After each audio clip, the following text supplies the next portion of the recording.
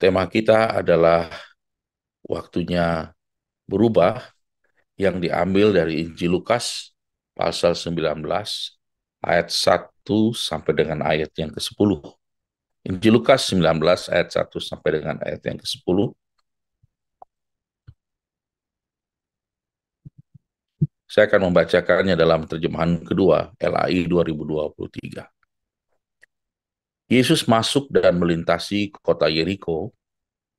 Di situ ada seorang bernama Sakius, kepala pemungut cukai, dan ia orang yang kaya. Ia berusaha untuk melihat siapakah Yesus itu, tetapi ia tidak berhasil oleh karena orang banyak, sebab badannya pendek. Ia pun berlari mendahului orang banyak, lalu memanjat pohon ara untuk melihat Yesus yang akan lewat di situ. Ketika Yesus sampai ke tempat itu, ia melihat ke atas dan berkata kepadanya, "Sakeus, segeralah turun, sebab hari ini aku harus menumpang di rumahmu." Sakeus pun segera turun dan menerima Yesus dengan sukacita. Melihat hal itu, semua orang mulai bersungut-sungut, katanya. Ia menumpang di rumah orang berdosa. Namun Sakeus berdiri dan berkata kepada Tuhan, "Tuhan, lihatlah setengah dari milikku akan kuberikan kepada orang miskin, dan sekiranya ada sesuatu yang kuperas dari seorang, akan kukembalikan 4 kali lipat." Kata Yesus kepadanya, "Hari ini telah terjadi keselamatan pada rumah ini, karena orang ini pun anak Abraham. Sebab anak manusia datang untuk mencari dan menyelamatkan yang hilang." Saudara-saudara yang saya kasih dalam Tuhan, bicara mengenai perubahan, maka kita harus sepakat dengan kalimat ini. Tidak semua perubahan mendatangkan kebaikan bagi hidup. Tetapi untuk memiliki hidup yang lebih baik, maka segala sesuatu harus berubah. Dan ketika kita bicara mengenai tokoh Sakeus, apa yang Sakeus alami? Saudara-saudara yang saya kasih dalam Tuhan, sebelum kita masuk ke dalam pengertian dan pemahaman yang Sakeus alami, kita harusnya menyadari bahwa tokoh Sakeus ini adalah tokoh yang menerima kehadiran Tuhan dan kuasanya secara lengkap. Saya katakan lengkap begini. Ada banyak orang mengharapkan berjumpa dengan Yesus untuk mendapatkan keselamatan. Sampai di situ saja. Dia tidak peduli apakah ada terjadi perubahan sesuatu di dalam dirinya. Yang dia cuma harapkan adalah dia diselamatkan, titik. Tapi Sakeus melampaui apa yang diharapkan kebanyakan orang. Yesus sendiri menyatakan hari ini telah terjadi keselamatan dalam rumah ini, karena anak ini pun anak Abraham.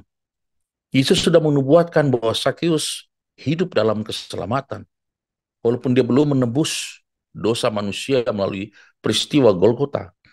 Tapi Yesus sudah meletakkan pernyataan iman itu atas hidup Sakeus. Sakeus menerima keselamatan yang kekal dari Kristus. Tapi Sakeus mengalami perubahan dalam hidup. Hari-hari ini kita jumpai, ada banyak orang diselamatkan, tapi ada banyak orang dibingungkan, karena mereka yang mengaku selamat tidak mengalami perubahan. Sejujurnya, salah satu tema yang paling menggentarkan saya secara pribadi adalah kata berubah. Karena ada banyak kita bisa mengatakan bahwa kemajuan-kemajuan dalam pelayanan kita adalah ketika kita punya jadwal pelayanan yang banyak, ketika kita dipakai di mana-mana, ketika pelayanan kita menjadi berkat buat orang lain, ketika nama kita pelan-pelan mulai dikenal sana-sini. Tetapi yang paling mengkhawatirkan saya adalah ternyata saya tahu saya tidak mengalami perubahan. Saya hanya tahu firman Tuhan. Saya menyampaikan firman Tuhan tiap hari. Tapi pertanyaannya, apakah saya mengalami perubahan? Saudara-saudara, Sakeus mengalami keduanya. Diselamatkan oleh Kristus, namun hidupnya yang sekalipun tidak punya alasan atau tidak punya dasar rohani sebelumnya, hidupnya bejat, hidupnya jadi sandungan. Tapi orang ini memiliki kelengkapan yang dia terima dari Kristus. Diselamatkan dan berubah. Mari kita lihat tahapan apa yang terjadi pada Sakeus di dalam hidupnya. Yang pertama, saudara-saudara, awal yang diterima oleh Sakeus saya sebut sebagai awal yang baru di situasi yang buruk. Saudara dan saya tahu Sakeus adalah seorang pemungut cukai. Dia dibenci oleh semua orang. Suatu hari Yesus datang ke kota dan Sakeus bertekad untuk menemuinya. Dia memanjat pohon dan Yesus berhenti di bawahnya dan memanggil nama Sakeus. Perjumpaan ini merupakan awal yang baru. Walaupun di situasi Sakeus yang saat itu menjadi gunjingan bagi banyak orang. Catatan kita di sini, perjumpaan Kristus dengan banyak orang sering terjadi di dalam situasi terburuk mereka. Jadi, Yesus berjumpa dengan Sakeus di situasi terburuknya. Yesus berjumpa dengan Petrus di situasi terburuknya. Yesus berjumpa dengan perempuan Samaria di situasi terburuknya. Yesus berjumpa dengan Paulus di situasi terburuknya. Bahkan Yesus kan bertemu dengan perempuan yang kedapatan berzina di dalam situasi yang terburuk. Seringkali orang menganggap situasi terburuk adalah tempat di mana mereka dikutuk. Tahukah kita bahwa ternyata situasi yang buruk adalah pintu gerbang perjumpaan Kristus dengan orang-orang yang kemudian akan diubahnya.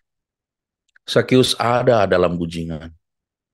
Uangnya banyak, tapi orang tidak menyukainya. Hartanya banyak, tapi orang menolaknya. Mungkin idenya banyak, tapi orang tidak menerima. Sehingga dia menjadi bahan omongan. Hartanya cuma bolak-balik ada padanya.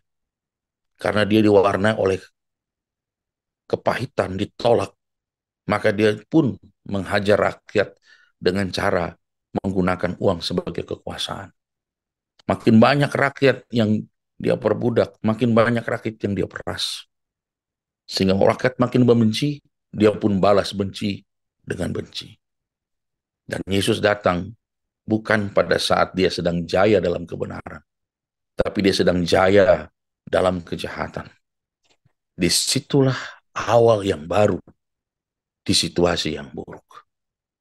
Kalau dia tidak pernah naik ke pohon itu untuk mengejar Yesus, cerita kita sangat berbeda. Tetapi ketika saya tahu bahwa Yesus menjawab dengan cepat dan berkata kepada Sakeus, "Aku akan menumpang ke rumahmu."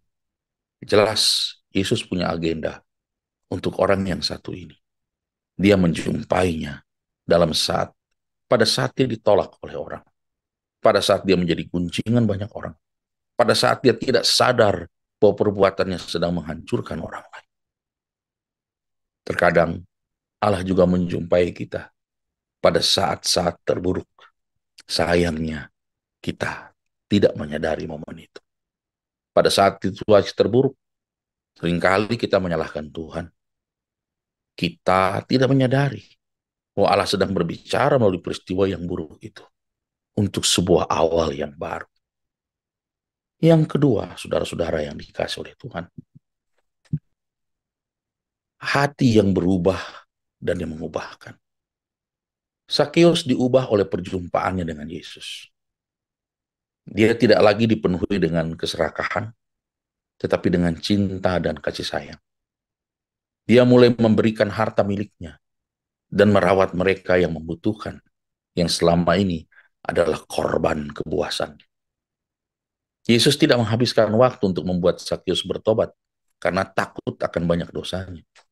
Tetapi Sakeus tergetar oleh satu-satunya rohaniwan di zaman itu yang menyapanya dengan tulus.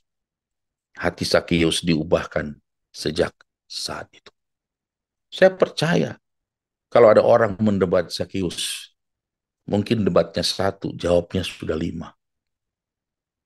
Dan kalau orang bertanya soal hartanya, mungkin sebentar lagi ketika orang itu diberikan uang, orang itu akan diam. Sulit menaklukkan Sakius. Satu-satunya cara menaklukkan Sakius adalah menerima dirinya apa adanya. Dan Yesus melakukan hal itu. Di sini kita sadar betul bahwa perubahan tidak selamanya karena hal-hal yang keras, hal-hal yang tegas. Perubahan kadang-kadang datang dengan begitu rendah, dengan begitu humble, yang menunjukkan bahwa ada orang yang sedang memahami orang lain. Dan Yesus jago. Dia tidak habis dengan hanya menuding Sakeus seperti kebanyakan rabi saat itu, yang menakut-nakuti Sakeus dengan neraka. Yesus datang menerimanya, makan bersamanya. Dan tanpa dinasihati banyak-banyak, Sakeus sadar dengan sendirinya. Awal yang buruk, tetapi hasilnya luar biasa. Ada hati yang berubah, dan hati yang berubah itu bukan untuk dinikmati sendiri. Sakeus pun akhirnya mengubah orang lain. Yang ketiga, saudaraku, perspektif baru dalam Kristus. Perjumpaan Sakeus dengan Yesus mengubah perspektifnya. Dia tidak lagi menjadi alat untuk mencapai tujuan. Maaf, dia tidak lagi melihat orang sebagai alat untuk mencapai tujuan, yaitu kekayaannya. Tetapi dia melihat orang sebagai individu yang pantas mendapatkan cinta dan rasa hormat. Sehingga dia mulai memperlakukan setiap orang yang dia temui dengan kebaikan dan kasih sayang. Kalau ada orang yang pernah kuperas, akan kukembalikan 4 kali lipat. Setengah kepada orang miskin. Sakeus yang selama ini dikuasai mamon, perspektifnya berubah. Orang yang berjumpa dengan Yesus, pasti perspektifnya mengalami perubahan. Ia tidak melihat dari dirinya sendiri semata, tapi dia melihat dari segi Kristus juga. Inilah yang menggelisahkan saya. Karena banyak sekali kita belajar tentang Kristus. Tetapi masih saja segala sesuatu dilihat dari diri kita. Bukan dilihat dari diri Kristus. Masih banyak orang yang melayani Kristus habis-habisan. Tahunan. Bahkan mencapai jabatan-jabatan yang terhormat. Tapi perspektifnya tetap dari dirinya sendiri. Bukan dari Kristus. Harusnya orang-orang semacam itu belajar dari Sakeus yang tanpa banyak khotbah, tanpa altar call, dia berkata, kalau ada orang yang pernah aku peras guru, akan kukembalikan 4 kali lipat. Sakeus tidak melihat orang sebagai tempat dia menguras semua hawa nafsu. Kali ini orang dilihatnya sama seperti Kristus melihat, sebagai sasaran kasih Allah yang harus dibagi kemana-mana. Yang keempat, kekuatan kasih yang mengubahkan. Kisah Sakeus adalah bukti kekuatan dari kasih itu. Bukan bukti daripada paksaan atau ancaman doktrin. Kasih Yesus begitu kuat sehingga mengubah hati Sakeus dan mengubahnya menjadi manusia baru. Itu adalah momen yang mengubah hidup. Sehingga kisah Sakeus mengajarkan kita bahwa kasih adalah kekuatan yang paling kuat di dunia ini. Bahkan itu dapat mengubah hati yang paling gelap dan membawa terang dan harapan bagi mereka yang tersesat. Namun lihat hari-hari ini, ketika kita mendoakan orang yang berseteru, kita ragu, kita bimbang. Apa mungkin orang bisa diubah hatinya oleh karena kasih? Kita lebih percaya orang yang berseteru akan terus berseteru ketimbang ada yang bisa pulih, ada yang bisa kembali berdamai. Kekuatan kasih yang dimiliki oleh Tuhan yang diberikan kepada Sakeus, mengubah Sakeus total. Sakeus berubah dari orang yang menyusahkan orang lain menjadi orang yang memberkati. Kasih ini luar biasa. Jadi jangan hanya bicara kasih, tapi percayalah kasih itu punya kekuatan. Kalau kita mencari contoh-contoh di dalam Alkitab, maka kita melihat ada banyak orang diubah bukan oleh ketakutan akan ancaman neraka, tetapi diubah oleh karena kasih yang datang dari Allah. Itulah kekuatan yang mengubahkan. Itulah kunci kenapa Sakeus berubah. Apakah kita juga mengalami perubahan karena kasih? Atau kita mengalami perubahan karena kita merasa seharusnya harus berubah? Karena kepantasan, karena kita adalah pelayan. Atau kita berubah karena kita mengasihi Kristus. Yang kelima, sebuah perubahan pada hidup baru. Kehidupan Sakeus selamanya berubah oleh perjumpaannya dengan Yesus. Dia bukan lagi pria yang sama, tetapi pria baru yang penuh dengan cinta dan kasih sayang. Dia mulai menjalani kehidupan pelayanan dan kemurahan hati. Kisah Sakeus ini menggambarkan bahwa Kristus adalah perubah hidup manusia. Ia dapat mengubah kita dan menuntun kita kepada kehidupan yang penuh sukacita dan kedamaian. Kita semua bisa mengalami momen yang mengubah hidup dalam Kristus. Artinya, orang yang berjumpa dengan Kristus idealnya harus berubah. Karena Kristus bukan hanya penyelamat manusia, tapi juga pengubah hidup manusia. Itulah yang dialami Sakeus.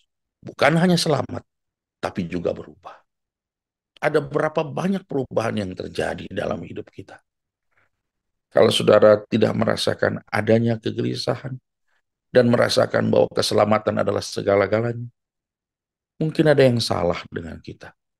Karena keselamatan itu menuntut sebuah perubahan. Tak ada keselamatan yang diberikan kepada orang-orang yang mau terus berkanjang di dalam dosa.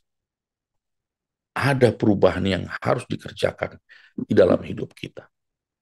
Yang terakhir, momen yang mengubah hidup. Perjumpaan Sakeus dengan Yesus merupakan momen yang mengubah hidup. Itu mengubah dirinya dan membawa terang serta harapan dalam hidupnya. Sayangnya, tidak semua orang menyadari ada momen perubahan yang sedang melewati dirinya. Ketika situasi terburuk terjadi, mungkin Tuhan memakai situasi terburuk ini untuk berbicara dengan kita. Tapi kita tidak menyadari. Maka momen itu hilang. Ketika Tuhan menyapa dengan lembut, kita merasa bahwa, ini biasa-biasa saja. Maka momen pun itu berlalu. Kita semua bisa mengalami momen yang mengubah hidup. Syaratnya kita hanya perlu membuka hati seperti Sakeus bagi Kristus untuk mencintai dan membiarkannya mengubah kita. Kita bisa menjadi orang yang Ia inginkan. Saudara-saudara yang dikasih oleh Tuhan, kalau saudara tanya sama saya, apa yang paling menggelisahkan Pak Pendeta Daniel? Yang menggelisahkan saya bukanlah laporan tentang berapa jumlah jemaat yang saya layani. Bukan masalah-masalah yang saya hadapi di lapangan. Yang menggelisahkan saya adalah kalau saya tidak berubah. Kalau saya hanya berada di tempat, saya menipu banyak orang dengan berbagai macam pelayanan. Saya menipu banyak orang dengan bermacam-macam kegiatan. Tapi saya tidak mengalami perubahan. Bagaimana saya bisa bersaksi kepada orang lain kalau tidak ada perubahan terjadi dalam hidup saya? Kemungkinan saya hanya memberikan banyak informasi tentang firman Tuhan. Informasi yang diberikan dari ayat ini, pasal ini, bagian ini. Tapi ketika disuruh menceritakan apa yang berubah dari hidupmu, maka saya akan mengutip Petrus, saya akan mengutip Paulus, saya mengutip Sakeus. Saya tidak berani mengutip diri saya sendiri. Karena apa? Mungkin ada banyak perubahan yang belum terjadi atau tidak sama sekali. Saudara-saudara, Mari belajar dari Sakius. Karena Sakius mengalami beberapa perubahan. Sakius mengalami perubahan hati. Dari hati yang dikuasai Mamon menjadi hati yang dikuasai Kristus. Dari cara pandang yang egois, perubahan paradigma, menjadi cara pandangnya Kristus. Dia tidak melihat dari keegoisan hatinya. Sekarang dia lihat dari cara pandang Kristus. Sama seperti lagu, berikanku hati seperti hatimu. Berikanku mata seperti mata. Yang ketiga, Sakius mengalami perubahan perilaku. Dari perilaku yang menjadi sandungan, menjadi perilaku yang menjadi berkat. Dan yang terakhir, ada perubahan karakter terjadi pada orang ini. Karakternya yang destruktif, cenderung merusak, diubah Tuhan menjadi karakter yang konstruktif, yang justru memberkati orang lain, dan memberkati dan menopang pekerjaan Tuhan. Hari ini setelah kita mendengar apa yang disampaikan, bisa jadi, saudara-saudara yang saya kasih Tuhan, yang saya sampaikan ini bisa jadi adalah informasi tentang perubahan. Tapi yang menentukan bukan apakah kita tahu informasinya atau tidak. Apa dampak dari informasi ini untuk hidup saudara? Sakeus mengalami keselamatan dan mengalami perubahan. Bagaimana dengan saudara? Kalau saudara memutuskan akan berubah, kapan waktunya akan berubah? Inilah waktunya untuk berubah. Amin. Tuhan memberkati saudara.